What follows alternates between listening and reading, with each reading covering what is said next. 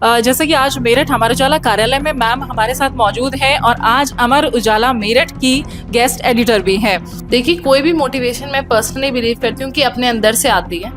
चाह है कुछ करने की तो आप बहुत अच्छे से पढ़ाई कर सकते हैं। शायद 2021 के करीब की बात है, तब मैंने एग्जाम दिया। मेरा पिछले साल आईपीएस में सिलेक्शन हुआ था। नमस्कार, आप देख रहे हैं अमरउजाला.com और मैं हूँ डिम्पल सरोही। आज मेरठ अमर उजाला कार्यालय मेरठ में हम मौजूद हैं और मेरे साथ हैं जॉइंट मजिस्ट्रेट नारायणी भाटिया। आप दिल्ली आईआईटी से इलेक्ट्रिकल इंजीनियरिंग आपने की है और 2023 बैच की आईएएस अफसर हैं। मैम, बहुत सारे जो नए बच्चे हैं वो भी यूपीएससी की तैयारी करते हैं, उनके लिए आप किस तरीके से वो तैयारी करें, आप क्या कहना चाहेंगे? देखिए, मैं तो यही कह सकती हूँ कि यूपीएससी या कोई भी एग्जाम चाहे हो, पर्टिकुलरली सिविल सर्विसेज को लिया जाए तो उसमें एक डिफाइंड सिलेबस है जो आयोग ने अपनी वेबसाइट पे डाला है। उस सिलेबस का हर वर्ड बहुत महत्वपूर्ण है। आप हर वर्ड को देखें तो उसी पे किताबें बनी हुई हैं, उसी पे इतना मटेरियल अवेलेबल है। और अब थैंक्स टू डिजिटल मीडिया सारा मटेरियल ऑनलाइन भी अवेलेबल है, फ्री ऑफ कॉस्ट भी अवेलेबल है। तो आपको किसी कोचिंग सेंटर या कहीं पे भी जाने की आवश्यकता नहीं है। आप अपने घर में रह के, अगर आप में लगन है, मेहनत है, चाह है कुछ करने की, तो आप बहुत अच्छे से पढ़ाई कर सकते हैं। मैं जितने लोग देख रहे हैं इस व्यूअरशिप के माध्यम से, उनको यही कहना चाहूँगी कि आप बस मन बना लें कि आपको ये पेपर देना है। अगर आप ट्राई करना चाहते हैं, सिलेबस निकालिए, खुद मेहनत करिए, खुद अपने नोट्स बनाइए। अब इतना फ्री अवेलेबल मटेरियल है, सब पुराने टॉपर्स ने भी अपना मटेरियल डाला हुआ है। उसको अच्छी तरह से ग्रहण करें, अच्छी तरह से रिवाइज करें और बार बार एक ही चीज़ में, मतलब मेरे हिसाब से is the key, that is कि बहुत मेहनत करें। मेहनत और मेहनत ही जवाब है किसी भी एग्जाम की परीक्षा को क्लियर करने का। बिल्कुल, जैसा कि अभी आपने बोला कि आपने एक पहले से मन बना लें, आपने कब मन बनाया था कि मुझे आईएएस बनना है, यूपीएससी? मैं अपना आईआईटी दिल्ली में मास्टर्स करी थी। बीटेक के बाद मैंने रिसर्च के लिए ज्वाइन किया था और शायद उसमें कहीं मुझे रियलाइज हुआ कि जितने भी मैं रिसर्च प्रोजेक्ट्स कर रही हूँ वो फील्ड पे नहीं जाते, वो लैब में रह जाते हैं, या अगर होते भी हैं तो बहुत लिमिटेड स्केल पे। उनका कोई मुझे ग्राउंड पे दिखता है कोई एफर्ट ट्रांसलेट होता हुआ। तो शायद तब आप सोच सकते हैं कि तब मुझे लगना शुरू हुआ कि एक ऐसी जगह जाना चाहिए जहां अपनी नॉलेज को यूज करके मैं एक वाइडर प्लेटफॉर्म, एक लोगों तक पहुंचा पाऊं, जो भी टेक्निकल नॉलेज मुझे है, जितनी भी तकनीकी चीज मैंने सीखी है। और शायद तब मैंने सोचा और आई थिंक पेपर दिया। शायद 2021 के करीब की बात है, तब मैंने एग्जाम दिया। मेरा पिछले साल आईपीएस में सिलेक्शन हुआ था, अब मेरा आईएएस में हो गया।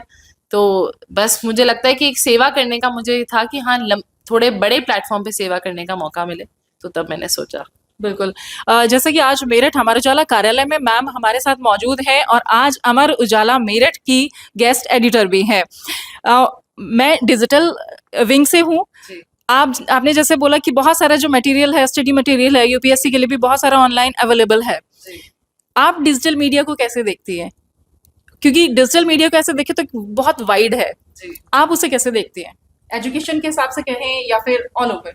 जी, देखिए, मैं तो टेक्निकल बैकग्राउंड से ही हूँ, तो मैं तो डिजिटल हमेशा से बहुत डिजिटली एक्टिव रही हूँ। पर मैं पर्सनली फील करती हूँ कि डिजिटल मीडिया ने बहुत स्कोप को बढ़ाया है, बहुत रीच को बढ़ाया है। जो एक बच्चा अखबार पहले पढ़ पाता था, जिसे कुछ घंटे लग या दिन लग जाते थे, आज के दिन वो मिनटों में अपने ऐप के थ्रू या ऑनलाइन पीडीएफ के थ्रू पढ़ सकता है।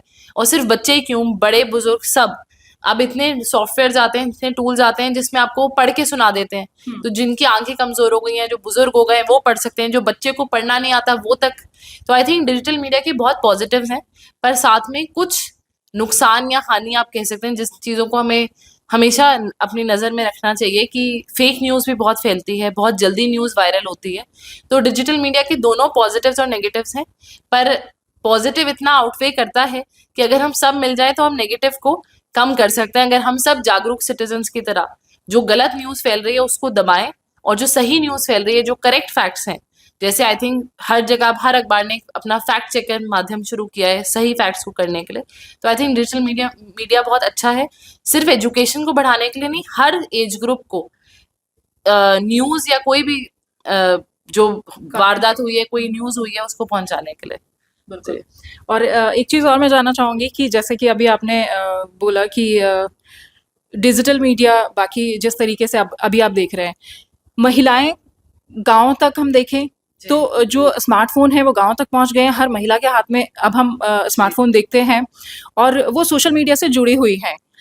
लेकिन मैं अपनी पर्सनली ऐसे देखती हूँ, नोटिस करती हूँ, तो जो नई लड़कियां हैं, नई उम्र की लड़कियां हैं, वो चाहे वो यूपीएससी की तैयारी कर रही हैं या फिर अदर कॉम्पिटिशन्स की तैयारी कर रही हैं, उनमें मोटिवेशन की कहीं ना कहीं कमी नजर आती है। या तो वो पूरा पूरा टाइम एम्प्टी स्क्रोलिंग कर रही हैं, या फिर वो कहीं ना कहीं फोकस उनका डाइवर्ट होता है। तो उनके लिए आप क्या संदेश देना चाहेंगी, वो कैसे मोटिवेट हुए? देखिए, कोई भी मोटिवेशन मैं पर्सनली बिलीव करती हूँ कि अपने अंदर से आती है। पर अगर किसी आदमी को लगे कि उसे बाहरी सोर्स चाहिए जो उसके अंदर से नहीं आ रहा, तो मुझे लगता है उसके लिए भी एक न्यूज़ बहुत अच्छा माध्यम है। जितनी अच्छे लोग कुछ अच्छा काम करते हैं, चाहे वो किसी भी स्तर पे करें, चाहे वो एक गांव के स्तर पे कोई लड़की आगे बढ़ती है, जब एक न्यूज़ से कवर होती है तो उसकी सूचना पहुंचती है एक और लड़की तक जो खोजते एंडलेसली स्क्रॉल कर रही हो किसी मीडिया प्लेटफॉर्म पे, और उसको लगे कि हाँ देखिए इसने किया है तो मैं भी ये काम कर सकती हूँ। तो आई थिंक अगर आपको बाहर देखना पड़ा है तो उसमें कोई गलती नहीं है, अंदर से आ जाए तो बहुत बढ़िया है। पर अगर बाहर भी देखना पड़े तो मैं उन सबको संदेश देना चाहूंगी आपके माध्यम से कि आप जो भी सूचनाएं आप तक आती हैं उनको बड़े गौर से पढ़ें, देखें कि हाँ क्या मैं अपनी झलक वो इसमें देखती हैं, और क्या उनमें अगर थोड़ी भी आशा की किरण आती है कि हम ये कर सकते हैं, तो बस उस टाइम बिना सोचे कर लें। एक बार उस चीज में शुरू हो जाए, मुझे लगता है कि सफलता उनको जरूर मिलेगी।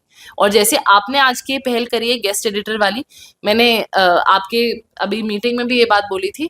मैं पर्सनली अपनी तरफ से ये बोलना चाहूंगी कि लड़के और लड़कियों को अगर इक्वल प्लेटफॉर्म पे अगर वो आ पाती हैं तो शायद उनमें भी आत्मविश्वास जागेगा कि हम कोई भी चीज करना चाहेंगे तो ये लड़की होने की वजह से कोई बाध्यता नहीं होगी। और मेरा आखिरी सवाल कि आज आप अमर उजाला मेरठ की गेस्ट एडिटर हैं, आप कैसा एक्सपीरियंस आपका कैसा रहा? आई थिंक बहुत अच्छा एक्सपीरियंस रहा। मैं अमर उजाला को इसके लिए इस पहल के लिए थोड़ा मतलब सराहना भी देना चाहूंगी कि बहुत अच्छा एक इनिशिएटिव आपने लॉन्च किया है, और thank you for having me as guest editor. पर मुझे लगा कि सब जितने आपके डेस्क हेड्स हैं सबको बहुत अच्छी नॉलेज है, सब बहुत एक्सपीरियंस से आते हैं, तो मुझे बहुत सीखने का मौका मिला। और मैं आशा करती हूँ कि आपके अखबार के माध्यम से ये और जगहों पे पहुंचे, और हर आदमी, चाहे वो लड़का हो, चाहे वो लड़की हो, चाहे वो दिव्यांगजन हो, कोई भी आदमी हो, वो उतना ही सशक्तिकरण महसूस करे, उतना ही आगे बढ़ने में और अपने आप को एक इन्फॉर्म्ड सिटीजन, एक जागरूक नागरिक की तरह पाए at the end of the day. तो बहुत शुक्रिया इसके लिए। Thank you so much ma'am, thank you. देखते रहिए amarujala.com। अगर आप ये वीडियो YouTube पर देख रहे हैं तो हमारे चैनल को सब्सक्राइब करें और बेल आइकन को दबाना ना भूलें। अगर आप Facebook पर ये वीडियो देख रहे हैं तो हमारे पेज को लाइक करें।